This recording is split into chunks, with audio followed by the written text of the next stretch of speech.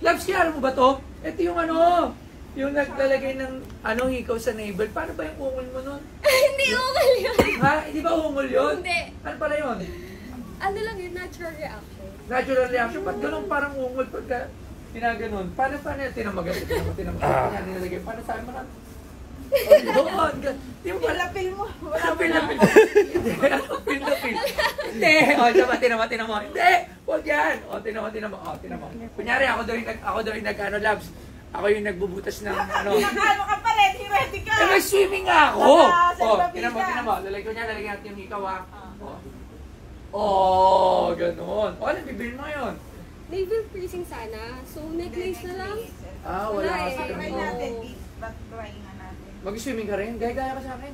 Hindi, hinihintay na ako sa baba eh. Dadiretso na kami. Beach yan? Beach? Sige. Ikaw ba?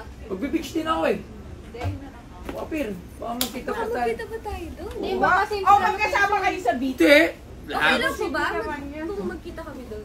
Okay lang naman kung magkasama kayo. Ano, hindi ka magkasama na. Alam mo, Okay lang. magbe-beach ako mag-isa kasi gusto ko ng maayos. Gusto ko ng peace of mind.